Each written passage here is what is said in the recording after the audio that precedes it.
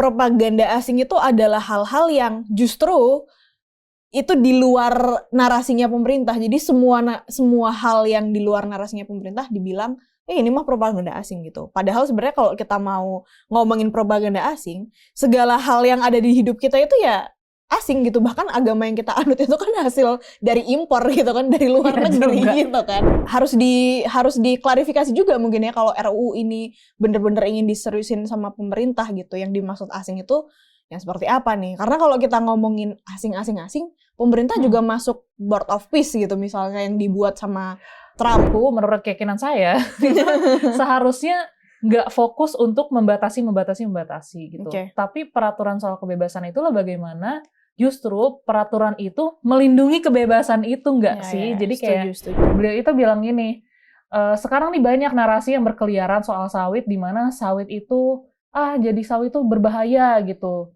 Jadinya orang tuh nggak percaya kepada sawitnya Indonesia, padahal Indonesia itu kan salah satu pengekspor sawit terbesar gitu kan, produsen sawit terbesar gitu.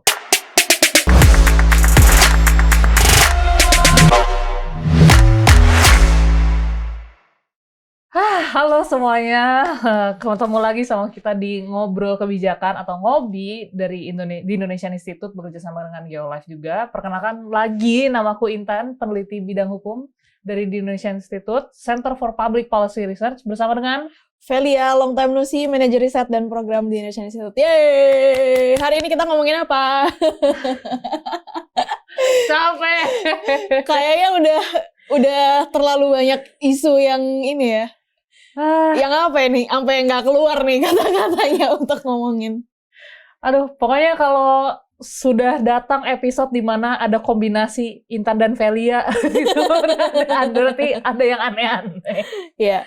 Jadi teman-teman, hari ini kita akan ngomongin gosip-gosip yang sedang beredar di nggak tahu di mana nih. Pokoknya ada aja di media soal RUU disinformasi dan propaganda asing.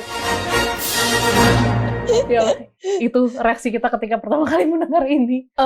Aduh, jadi sebelumnya dari kita belum mengucapkan selamat tahun baru teman-teman di rumah masing-masing. Semoga tahun ini menjadi berkat untuk kita masing-masing. Ditambah kekuatannya dan kesabarannya. Iya, betul. Rezekinya lancar, sehat-sehat. Oke, langsung aja nih. Udah nungguin. Oh iya.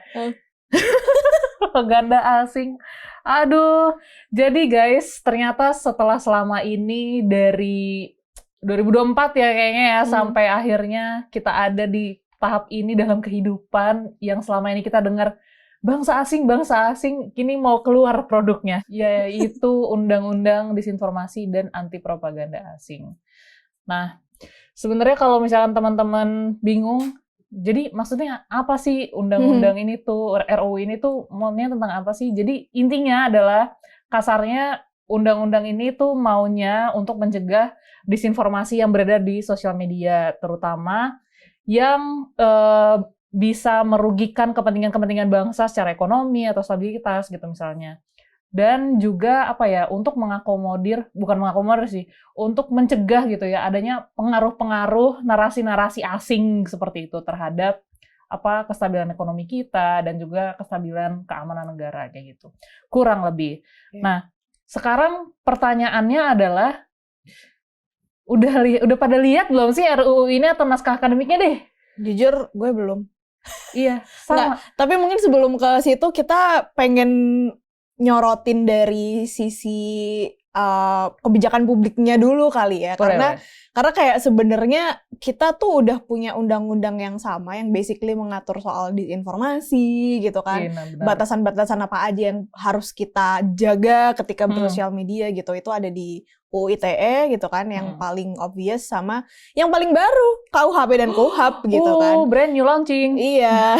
Nah, sebenarnya yang menjadi pertanyaan juga, mungkin nanti Intan juga bisa bantu jawab, adalah seberapa urgent sih RUU disinformasi dan anti propaganda asing ini gitu. Apakah kita sudah begitu terkontaminasinya dengan kotor kan sosial media kita dengan ini paham-paham asing gitu ya. Ya Allah. Kalau menurut Intan sebagai peneliti hukum nih gimana nih? Sebenarnya untuk urgensi sih kayaknya udah diwakili ya sama kawan-kawan dari organisasi masyarakat sipil lain yang sebenarnya ya nggak urgent gitu. Kenapa? Karena ya tadi udah dijelasin juga, udah ada kok sebenarnya barang-barang atau peraturan-peraturan lain yang mengatur soal ini.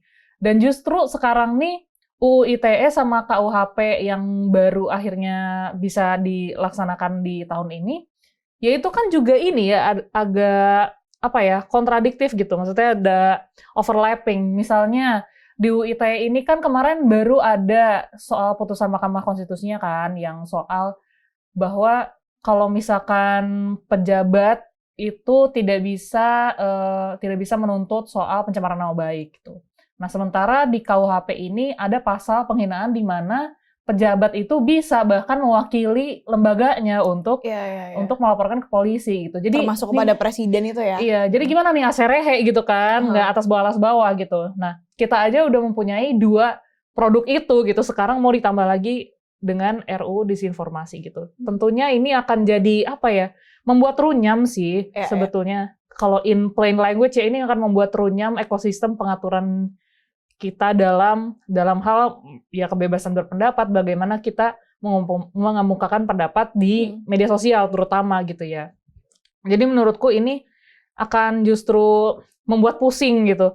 Gak cuma kita masyarakatnya, tapi ya penegak hukumnya juga gitu. Jadi ini yang satu ngomong ini, yang satu ngomong itu, ya kayaknya polisinya juga bingung gitu kan nantinya juga, dan semua aparat penegak hukum lainnya gitu. Jadi ini pertama, ini perlu diperhatikan gitu. Nah, yang kedua adalah terkait ini sih, aku mau ke alasannya sih. Jadi kalau misalkan udah ada yang mention ya? Wah, iya. Seorang pejabat atau betul dong. Jadi kalau misalkan teman-teman lihat gitu ya di berita-berita gitu, sejauh ini sih yang mengemukakan alasan diperlukannya RUU atau ya undang-undang ini itu ya Menko Hukum kita, hukum dan semua belakang-belakangnya itu yang sangat banyak sekali jabatannya, dengan segala hormat, yaitu Prof. Yusril gitu. Nah, beliau itu mengemukakan bahwa yang tadi aku bilang, bahwa ada beberapa narasi sekarang nih yang beredar di media sosial kita misalkan itu yang sudah mulai membahayakan kepercayaan ke perekonomian kita nih. Misalnya apa? Yang paling sering disebut adalah sawit. Nah, jadi beliau ada apa dengan sawit? Nah, beliau itu bilang gini, sekarang nih banyak narasi yang berkeliaran soal sawit, di mana sawit itu jadi sawit itu berbahaya gitu. Jadinya orang tuh nggak percaya kepada sawitnya Indonesia, padahal Indonesia itu kan salah satu pengekspor sawit terbesar gitu kan, produsen sawit terbesar gitu. Nah, itu jadi mempengaruhi ekonomi kita gitu. Nah, sekarang gini pertanyaannya, kalau misalkan sepemahamanku ya gitu, dan menurut pantauan kita juga di TI gitu, bahwa sebenarnya di media sosial orang ramai tentang sawit itu, ya itu kan karena bencana ya, bencana di Aceh kemarin, di Sumatera Utara itu gitu, dan sekarang ternyata banyak juga terjadi di daerah-daerah lain yang mungkin ya bukan sepenuhnya sawit juga mungkin kalau di daerah lain ya. Nah, cuma kalau misalkan di Sumatera ini case-nya kan itu ya karena sawit gitu, masyarakat di sana memahaminya bahwa oh iya hutan-hutan kita ditebang untuk ditanam sawit, makanya kita kena bencana yang kita kehilangan harta benda segitu banyak, ya of course mereka nyalahin sawit. Iya gitu, alih-alih mengafirmasi kekhawatiran masyarakat bahwa oh iya karena sawit jadi masyarakat dirugikan kena bencana dan sebagainya, mereka tuh justru malah memandang ini sebagai kerugian ekonomi gitu loh. Kayak kalian ngeluh soal sawit kita jadi nggak laku nih, kesannya kan kayak gitu. Menurutku itu cukup nir empati sih.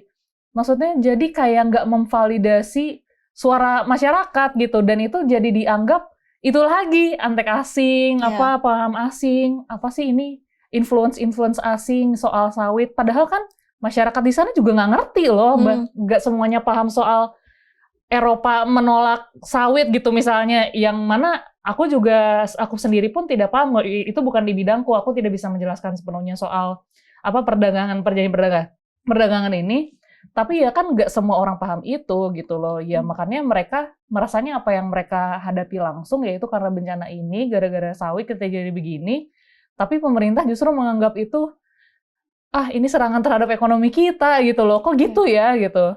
Iya. Nah, untuk meng-highlight beberapa poin yang tadi Intan sebutkan, sebenarnya Betul, pemerintah tuh mungkin kalau kita summarize bisa dibilang lagi-lagi kurang punya skill berkomunikasi yang baik gitu ya. Artinya, oke, masyarakat dalam hal ini jadi menolak sawit gitu, tapi kan itu bisa di-track back menolaknya karena apa gitu kan.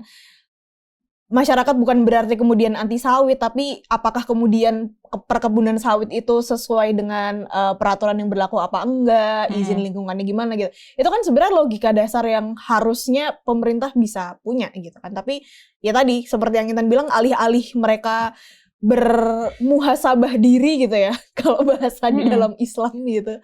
Mereka malah justru menyalahkan dan ngatain ini propaganda asing gitu. Nah, ngomongin soal propaganda asing juga gitu, sebenarnya ini yang menjadi pertanyaan kita semua juga gitu. Yang dimaksud propaganda itu seperti apa sih gitu kan? Karena kan ini akan jadi sangat karet sekali gitu dan multitafsir gitu ya. Bisa jadi propaganda asing itu adalah hal-hal yang justru itu di luar narasinya pemerintah. Jadi semua hal yang di luar narasinya pemerintah dibilang ini mah propaganda asing gitu. Padahal sebenarnya kalau kita mau ngomongin propaganda asing, segala hal yang ada di hidup kita itu ya asing gitu. Bahkan agama yang kita anut itu kan hasil dari impor gitu kan, dari luar negeri gitu kan. Itu sih sebenarnya yang kayak sebenarnya kalau maksud sebagai propaganda asing itu yang seperti apa sih gitu. Karena ini jadi semacam oversimplifying problems gitu ya. Karena semua permasalahan yang ada dan semua protes, semua aspirasi yang masuk tuh jadi disimplifikasi seolah-olah ini tuh adalah hasil pemikiran asing yang gak tahu asing yang mana gitu kan, yang menginginkan kita tuh untuk tercerai-berai gitu sebagai bangsa gitu. Ini kan agak delusional nih sebenarnya pemikiran yang seperti ini gitu kan. Itu jadi harus diklarifikasi juga mungkin ya kalau RUU ini bener-bener ingin diseriusin sama pemerintah gitu. Yang dimaksud asing itu yang seperti apa nih? Karena kalau kita ngomongin asing, pemerintah juga masuk Board of Peace gitu misalnya yang dibuat sama Trump gitu kan. Itu kan juga hasil pemikiran asing nih gitu kan. US yang bikin gitu. Terus juga kalau ngomongin asing lagi, jelas pemerintah Indonesia punya hubungan yang sangat erat dengan Tiongkok gitu. Tiongkok itu kan jelas-jelas asing gitu kan. Kayaknya menurutku di dunia yang udah sangat borderless ini kita udah nggak relevan lagi ya ngomongin lo asing atau enggak gitu kan. Kita bangsa yang gimana, lo bangsa yang kurang gimana gitu. Kayaknya itu sesuatu yang udah berpuluh-puluh tahun yang lalu, mungkin zaman Perang Dunia Kedua kayaknya orang ngomongin itu gitu. Iya, kayak iya lagi bener propaganda asing. Oke, kalau misalkan iya kita mengedepankan pengaruh asing gitu misalkan. Lah, Indonesia secara resmi aja udah ikut ke segala jurusan pengaruh asing nih gitu, dari Tiongkok sampai USA gitu kan. Jadi ya asing yang dimaksud yang mana nih? Gitu jadi bingung juga nih guys gitu. Nah, mungkin sama untuk menjawab apa ya pertanyaan-pertanyaan teman-teman kritis yang di rumah gitu. Mungkin ada yang bertanya juga sih, dan menurutku itu pertanyaan yang kritis dan perlu kita jawab, yaitu sebenarnya kan mungkin salah satu pertanyaan apa pengaruh asing-asing ini itu dibilangnya ada karena membiayai organisasi-organisasi sipil gitu. Nah, sekarang kita coba jawab ya gitu. Dari perspektif NGO juga, organisasi sipil yang dibiayai asing. Gitu. Nah, jadi gini, sebenarnya lembaga-lembaga seperti yang teman-teman tahu gitu kan, misalkan kayak YLBHI atau SafeNet gitu misalkan, dan lain sebagainya yang ada sangat banyak di Indonesia ini gitu. Nah, kita ini kan sifatnya sukarelawan ya kebanyakan gitu, yang mana kita tuh mengandalkan donor gitu untuk melakukan operasional kita, dan operasional kita itu juga kan buat ya sekitar kita gitu. Ya untuk memberikan bantuan hukum, di kesehatan untuk memberikan akses ke kesehatan di daerah-daerah terpencil gitu misalkan, dan banyak lagi gitu. Dan kebetulan memang banyak program-program pemberi hibah ini ya memang berasal dari luar negeri gitu. Dan yang dapat itu ya nggak cuma NGO advokasi seperti ini aja, tapi ya akademisi kita, pers kita gitu. Ada banyak program yang memperkaya diri, kayak misalkan ya pertukaran lah apa segala macamnya, yang memang kebetulan itu diadakan oleh negara lain gitu. Contohnya seperti itu gitu. Nah, tapi bukan berarti apa ya? Mereka misalkan mereka ya udah membiayai, terus kita harus menjadi quote unquote antek mereka dan harus apa ya, membawa pengaruh mereka secara real di lapangan. Kita harus menjadi apa-apa gitu, kayaknya ya enggak sih, sepengalaman kita juga gitu. Jadi kayak mereka juga melihat, oh apa sih kebutuhan di Indonesia dan bagaimana sih kalian bisa memberi dampak terhadap ya udah masyarakat kita sendiri gitu. Intinya sih kayak gitu gitu. Oh ya, dan by the way untuk menambahin poinnya Intan juga, jadi bener donor NGO itu kan kebanyakan dari luar negeri, walaupun beberapa banyak juga yang dari dalam negeri dan bahkan beberapa pemerintah gitu ya kasih teman-teman NGO donor. Tapi kenapa luar negeri? Karena ada semacam ketimpangan ekonomi kan antara dunia barat dan dunia timur gitu, atau kalau bahasa geopolitiknya global north dan global south gitu. Jadi negara-negara maju nih kayak misalnya apa sih, US, Jerman gitu. Mereka merasa punya tanggung jawab moral untuk kasih bantuan ke negara-negara berkembang sehingga mereka bisa apa namanya? Ya memperbaiki derajat hidupnya gitu. Tapi lagi-lagi bener yang dibilang Intan, bukan berarti kemudian kita yang kerja-kerja di bidang seperti itu tuh automatically kayak jadi menyembah mereka gitu ya dan nurut 100% apa yang mereka bilang itu enggak gitu. Karena proses untuk bisa dapat dana dan mereka bahkan dapat izin punya kantor di Indonesia itu juga semuanya lewat pemerintah by the way gitu. Itu ada aturannya gitu dan pemerintah jelas tahu gitu bahwa oh ya ada organisasi ini, mereka funding kemana, punya kegiatan apa, itu semuanya berdasarkan izin dari pemerintah gitu. Dan tadi ngomongin soal funding luar negeri gitu ya, itu sebenarnya bukan masyarakat sipil doang tahu yang di-funding sama luar negeri gitu kan. Siapa lagi sih? Teman-teman kalau tahu kereta cepat WUS Jakarta Bandung itu juga by the way pendonornya salah satunya dari Tiongkok gitu kan, KCIC. Kenapa kemudian itu disebut kerjasama Indonesia Cina ya, karena duitnya dari sana gitu. Jadi sebenarnya pendanaan seperti ini tuh ya umum dilakukan dan lazim gitu, karena ya perlu kita akui secara fiskal memang Indonesia kan masih lemah ya, kita penerimaan pajaknya masih sangat rendah dan itu pun juga apa namanya dipakai untuk program-program prioritas pemerintah gitu, belum lagi dengan segala macam drama korupsi dan lain-lainnya gitu kan. Sementara kita nih masyarakat sipil juga perlu bekerja, dan kenapa mungkin kita juga perlu jawab kenapa masyarakat sipil itu perlu ada kali ya Tan. Iya, karena ya kita sebagai mekanisme checks and balances juga ya gitu kan. Dan kita baru bisa bekerja lagi-lagi ketika ada bantuan atau donor gitu yang kebanyakan dari luar negeri kayak gitu. Itulah kenapa mungkin kemudian pemerintah menganggap suara-suara kritis yang mengkritisi itu sebagai antek-antek asing gitu. Nah, jadi dan selain checks and balances tentunya ya kita sebagai bagian dari masyarakat kita sendiri, ya tentu kita punya apa ya, kebutuhan gitu untuk bergerak ketika kita melihat sesama kita, oh ternyata ada sesama kita nih yang kasarnya mungkin belum merasakan apa yang kita rasakan seperti fasilitas kesehatan dan lain sebagainya. Ya tentu tergerak dong dalam hati kita sebagai sesama warga. Yuk kita saling membantu gitu. Nah itu pertama. Dan yang kedua juga tentu pemerintah kita itu juga punya batasan gitu.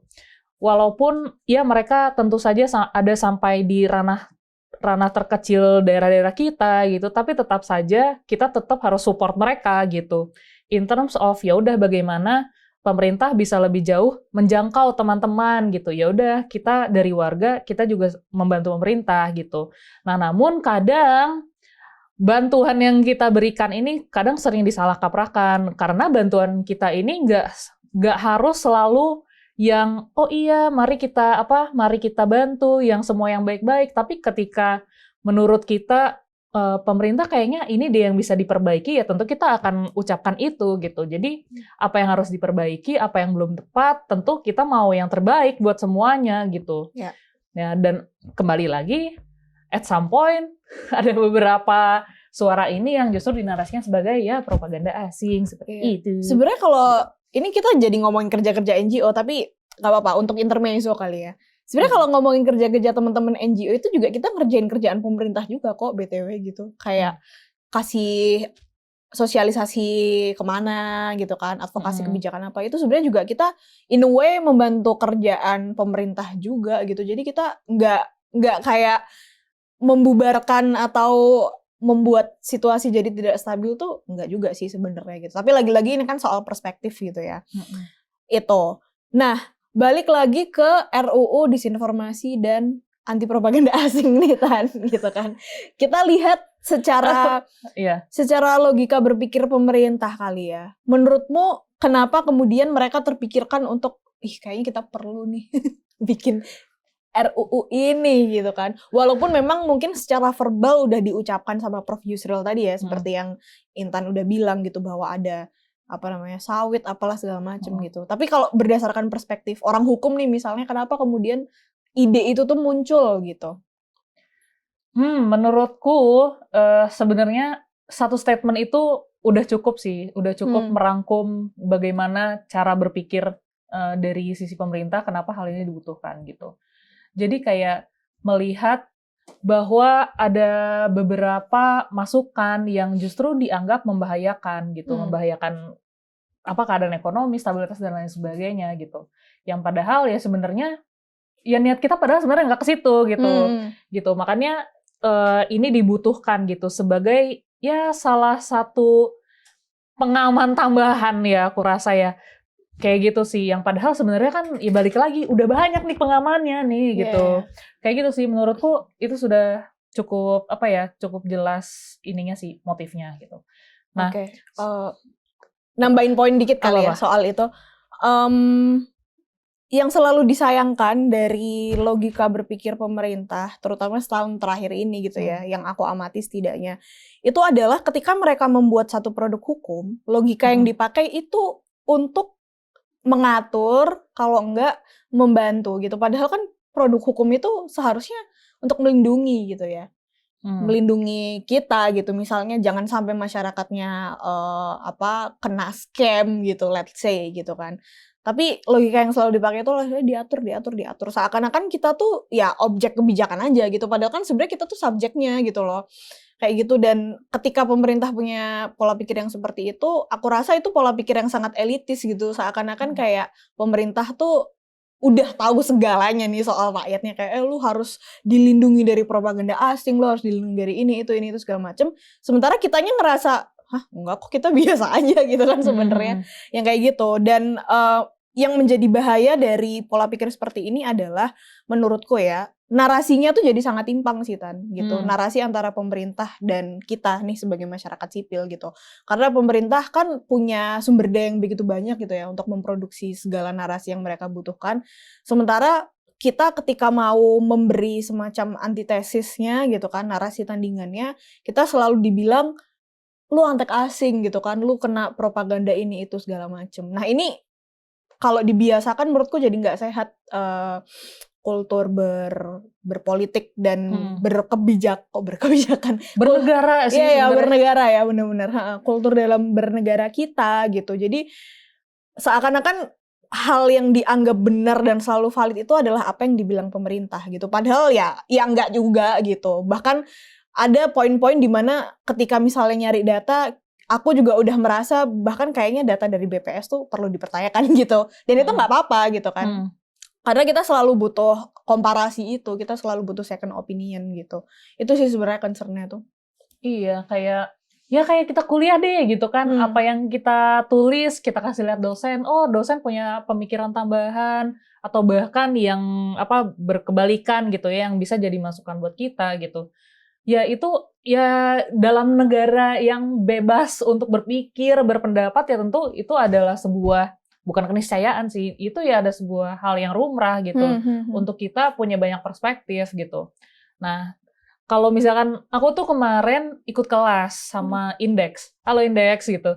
Jadi salah satu hal yang menurutku menarik gitu ya, dalam saat kita di negara dan kita mau memiliki kebebasan gitu. Peraturan-peraturan tuh ini yang aku dapat ya menurut keyakinan saya seharusnya nggak fokus untuk membatasi gitu. Tapi peraturan soal kebebasan itulah bagaimana justru peraturan itu melindungi kebebasan itu nggak sih? Jadi kayak setuju. sekarang kalau misalnya kita aplikasikan ke sini misalnya, oke, ada banyak banget peraturan soal jangan jangan melakukan fitnah, jangan mencemarkan nama baik gitu. Nah, tapi sama ini misalkan kayak yang selama ini dihadapin juga sama teman-teman di akademisi gitu. Nah, sekarang kembali lagi, tapi kalau misalnya kita balik situasinya, apa sih yang pemerintah punya gitu ya, mekanisme apa sih yang pemerintah punya untuk melindungi kita yang hak kebebasan berpendapatnya itu dilanggar gitu. Nah, kalau gitu kayak gimana? Jadi misalkan selama ini teman-teman netizen yang ngepost ini, terus habis itu ada orang asing yang ngedoxing, yang nge-DM, ngeteror, ngirimin apalah Harusnya yang berbagai di penjara yang ngedoxing dong. iya, gitu. berbagai macam apa sih hewan-hewan itu. Nah, terus perlindungan buat mereka apa gitu. Jadi kayak alih-alih nggak boleh. Terus untuk orang-orang yang memang dicederai gitu ya haknya dan kebebasannya, itu apa yang dilakukan pemerintah untuk melindungi itu gitu. Jadi itu juga harus menjadi salah satu yang dipertimbangkan sih dan benar-benar dijamin gitu ya. Kan kembali lagi itu kan tugas negara ya untuk menjamin hak asasi manusia kita gitu. Benar. Nah, terus gimana gitu? Kalau misalkan kita yang terluka nih. Gitu. Ibaratnya tuh sebenarnya kayak orang tua yang sangat overly protektif ke anaknya gitu loh, kayak kamu nggak boleh ini, kamu nggak boleh pulang malam apa segala macam.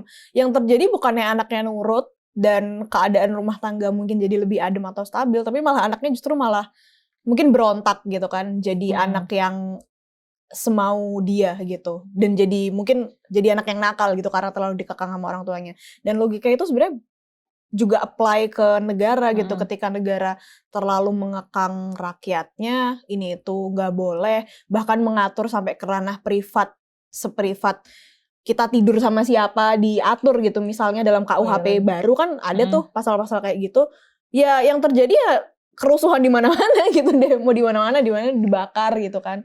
Kita pemerintah dikit-dikit dikatain di sosial media ya karena itu gitu, dan itu diperparah dengan tidak adanya niatan pemerintah untuk kemudian berdialog gitu dengan masyarakat gitu kan. Lo maunya apa, kita bisanya gimana, transparansi gitu kan. Itu sih.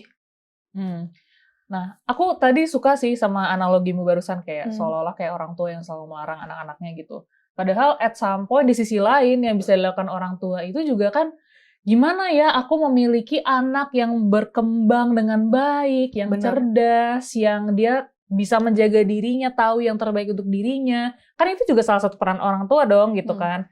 Bagaimana menciptakan lingkungan yang aman untuk anak aku berkembang gitu, alih-alih ya udah anak jangan keluar rumah lalala gitu kan. Orang tua kan juga punya peran untuk ya menjadikan kita bisa berkembang ke potensial tertinggi kita masing-masing gitu kan. Betul.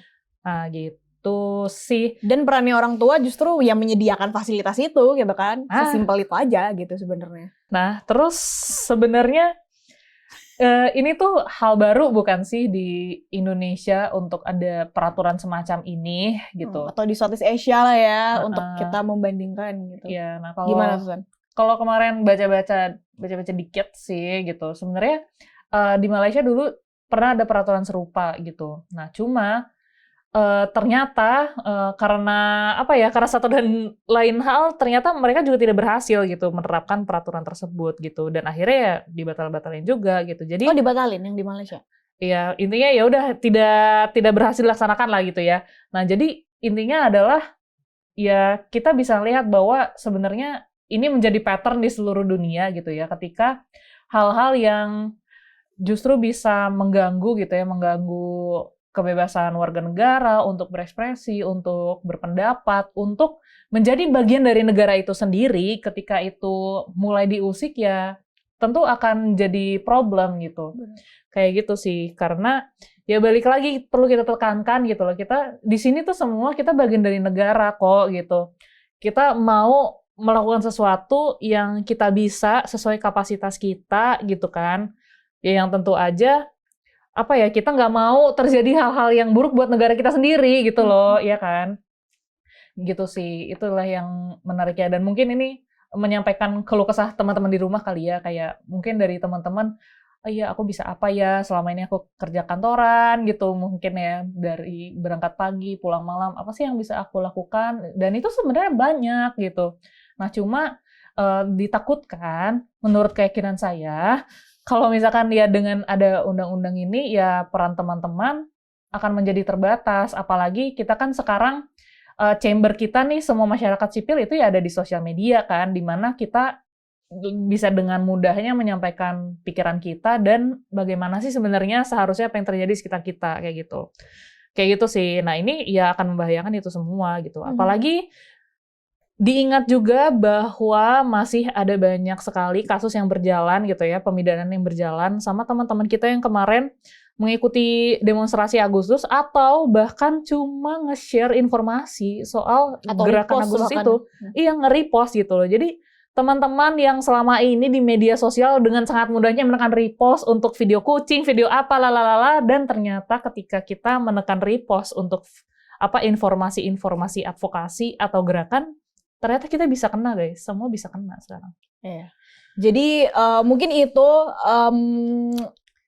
analisis dan sekaligus keluh kesah singkat kita terhadap term propaganda asing ini, karena kayaknya semakin ini ya overuse gitu sih kalau aku ngelihatnya ya, kayak dikit-dikit antek-antek asing Asweng. sampai di mana-mana dijadikan meme gitu. Tapi BTW bagus-bagus meme-nya. Kita ketawa. Kita ketawa. Gitu. Nah, kita juga penasaran nih ya, mungkin teman-teman punya pemikiran lain soal ini, akan sangat senang kalau teman-teman mau berkomentar dan menulis di kolom di bawah gitu. Iya. Untuk kerja-kerja di Indonesian Institute yang lain, teman-teman bisa cek, ada di website kita, ada di www.theindonesianinstitute.com. Selain itu kita juga ada di mana? Di mana-mana. Kita di semua medsos ada, di Facebook, di Indonesian Institute, di Instagram. Twitter, di _Indonesian ya, di IG indonesian.institute. Gitu, dan banyak lagi. Iya, dan podcast ini bekerja sama tayang di YouTube-nya Geolive. Jadi itu dulu dari kita kali ya, untuk kita nggak bisa memberikan durasi yang lebih banyak karena informasi soal RU ini juga masih minim, yang kita pun juga mendapatkan intisari-intisari dari berita-berita, dari statement-statement dari teman-teman sipil. Atau justru malah kalau teman-teman punya informasi tambahan gitu ya, tolong share di bawah. Share link. Share link PDF. Gitu. Jadi sekian dari kita. Sampai ketemu di episode selanjutnya. Yes. Kalau masih ada. Jangan. Jangan. Sekarang giliranmu bersuara. Bye.